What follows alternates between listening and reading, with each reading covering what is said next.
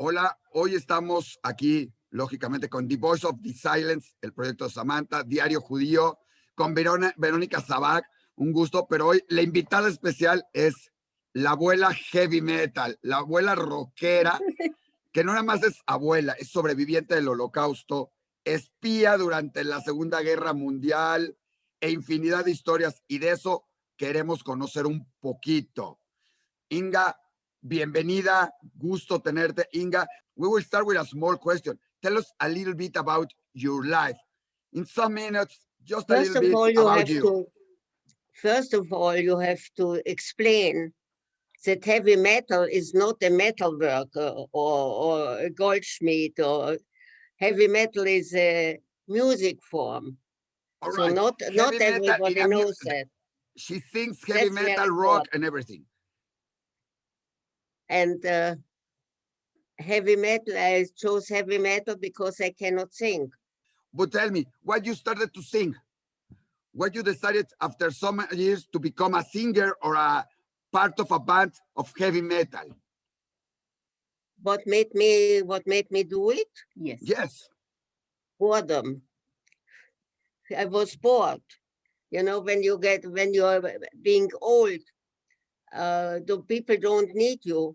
You're forgotten. So you have to get back into the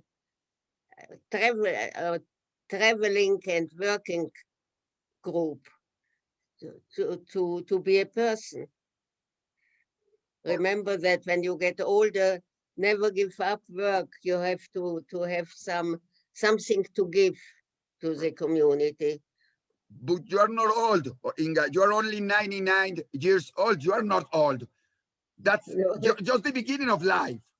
Well, this song is, I told you, the heavy metal song is because I cannot sing, and I have a message. There's a message in the songs. Exactly. Yeah. What is the message in your songs? I forgot my song.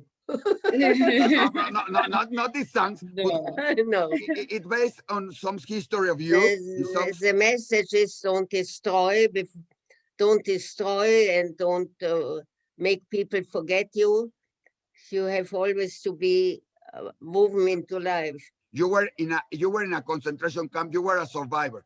Can you tell us a little bit about? I was not in a concentration camp because my mother said we're not going. My mother was really the hero. That she said we're not going to the concentration camp. Actually, my grandmother went voluntarily to the concentration camp to protect my cousins. There were 4 or 5 little cousins whose parents have already been killed. And so that they don't feel so alone, my grandmother volunteered to go there, although she knew. But she wrote us a letter before she went there to try everything to get out and to hide and to run and to pay and to give everything, just keep alive. She said you can always remake money, but you cannot remake life. So maybe to understand better your story, it would be good for us to for you to tell us, for example, where were you born? Like what happened before the war?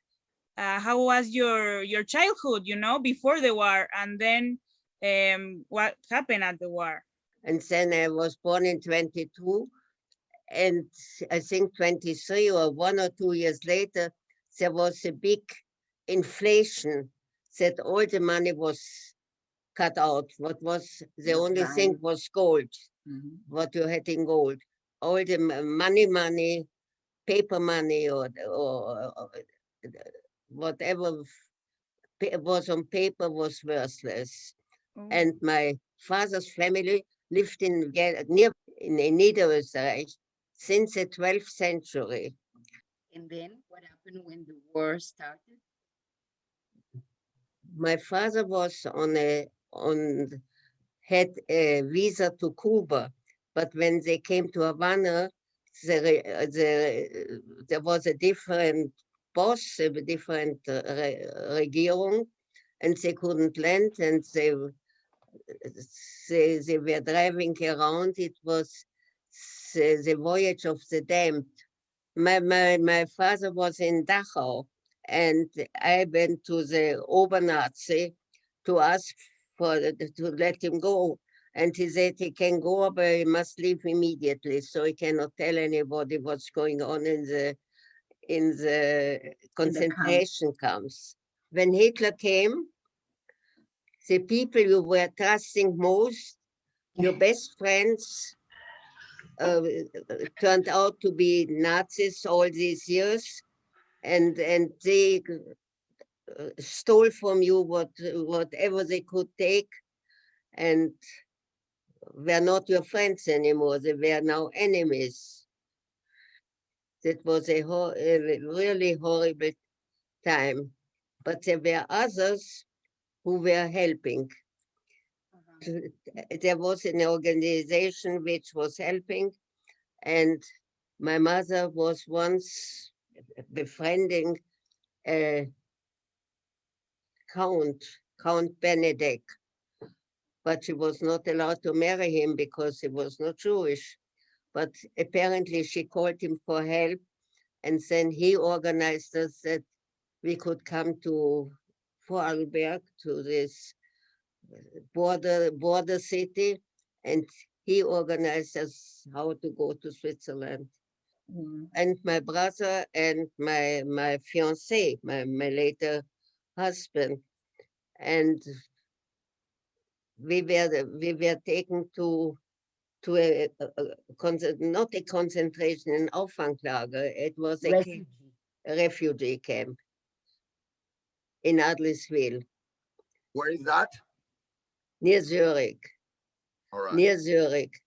And we had 80 centimeters straw and 80 centimeters straw and 2 blankets. And SKK, soup, cabbage, and potatoes. How And we long were you survived. there? 20. In 42, when we came to Switzerland, I was 20. And my mother had me when she was 21, so she was a very young woman too. But my father was in England. I wanted to ask you, because I kind of don't understand really, where were you when the war, the Second World War and the Holocaust was happening? What do you remember about those years? You know, yeah, what were you doing?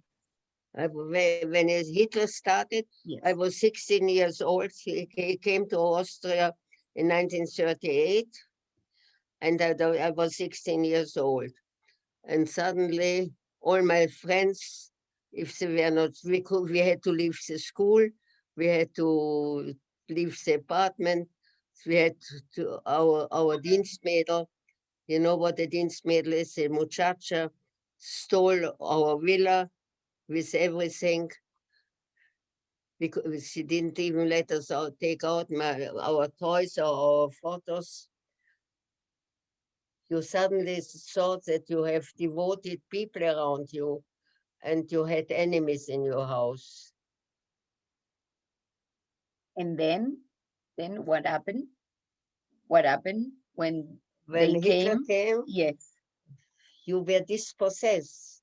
Everything was gone. The bank account was closed. The bank safes were closed. The car was taken by Garagenik, and we had to leave our apartment. First, we moved in with the aunt, and then the aunt and us had to move to a one room where we only had a corner. It's a wonder miracle that I'm halfway normal, halfway. Also, and then, yeah, obviously the Nazis like quit you all this, right? The right to have education, job, etc. And you said that then your dad was deported, right, to the concentration camp. How was that? How you remember that? But that my father was in Dachau. Well, I did everything to get him out. But Our housewart, the person who was taking care of the house, arrested him. A person whom we know all our life. And he said he has waited 13 years for that moment that he could arrest my father. When we were considering this family as our friends, there was a man in charge of Dachau, he was called Brunner #1, because there was a Brunner 2. And he's a man asked a lot of money. He said he will leave the door open, the entrance door to his office. And if I go there, he might kill me, he might sexually abuse me, or he might be in a good mood. So I went there, the door was open, and I went to this terrible Nazi person and asked for the right there. I want my father to get out of Dachau. And this man, had a good day. He didn't kill me, didn't abuse me, and he liberated my father. I went on my own, yeah. And since then, I never asked anybody for help. When I have a problem, I do it myself. It was a very good school.